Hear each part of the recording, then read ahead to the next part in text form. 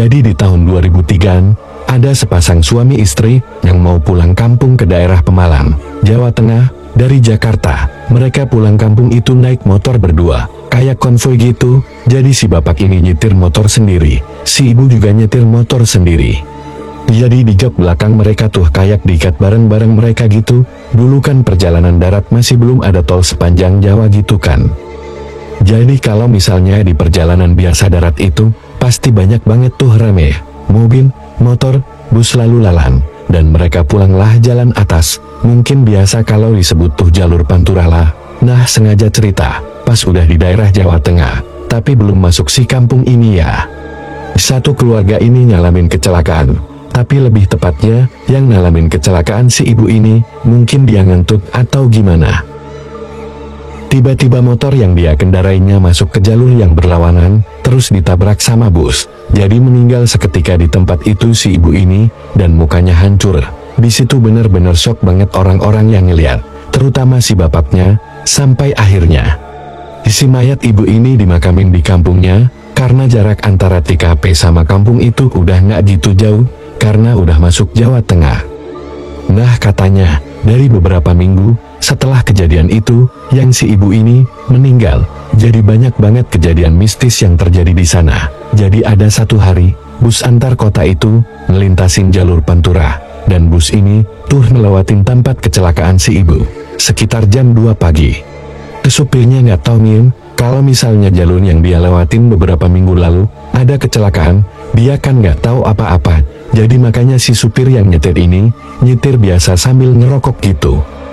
Nggak gitu lama, pas udah selesai ngerokok, puntung rokoknya dia buang dari dalam bus. Jadi kacanya dibuka, dia buanglah, sambil nyetir bus. Nah nggak gitu lama, tiba-tiba si supir bus ini ngerasa, kalau dia dilempar sesuatu dari luar dan pas banget emang kaca belum ditutup sama si supir ini.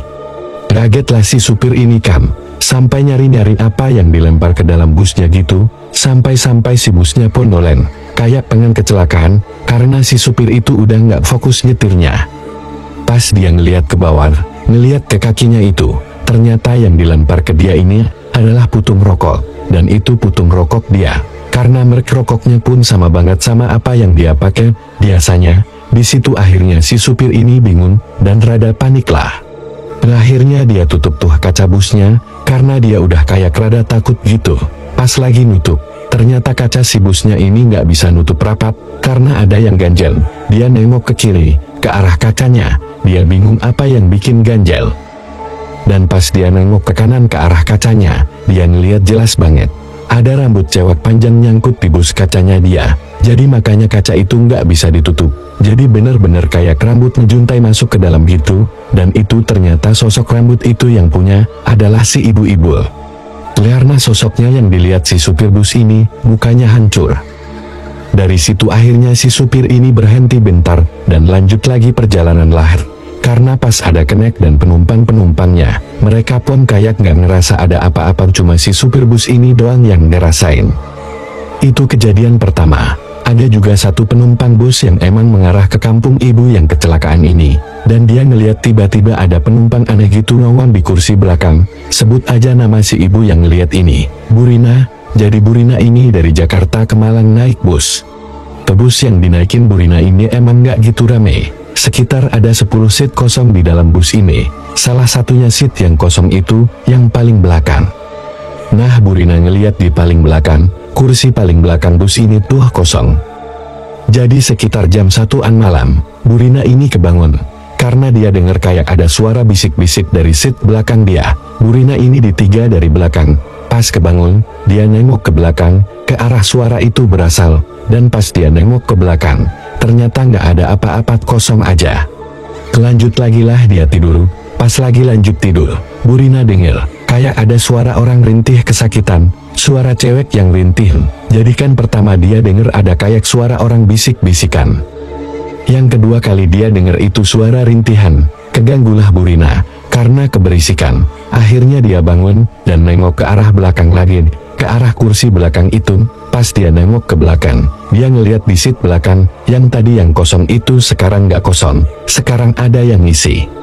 Dia ngeliat ada sosok cewek lagi duduk pakai baju putih, tapi muka itu ketutupan rambut, jadi kayak si sosok cewek ini nunduk gitu.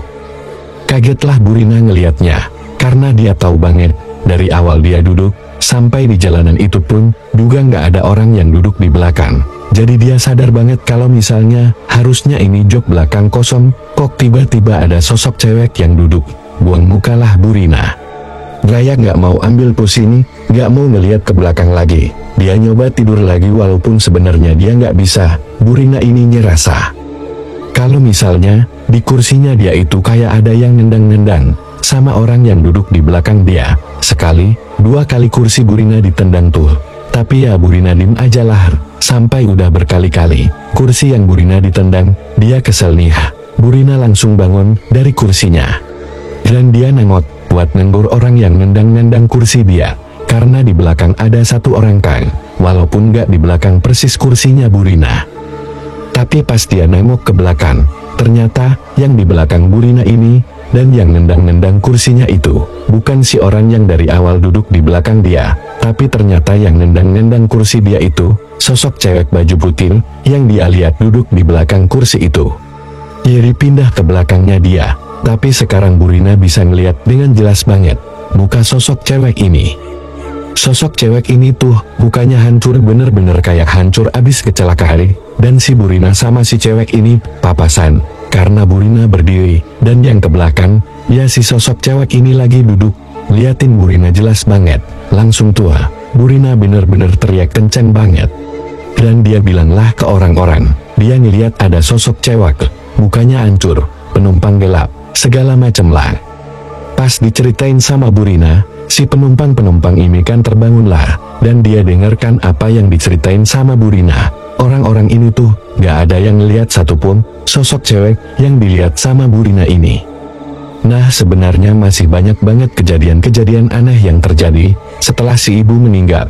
Karena kecelakaan ini, katanya yang nabrak si ibu ini pun, juga bus antar kota, yang tujuannya dari Pemalang, dari kampungnya si Bu Rina. Jadi kayaknya bus yang mengarah ke kampungnya si ibu ini, yaitu Pemalang, atau yang berangkat dari kampungnya. Jadi sering digangguin sama si sosok ibu ini, karena mungkin dia mau ikut pulang kampung juga.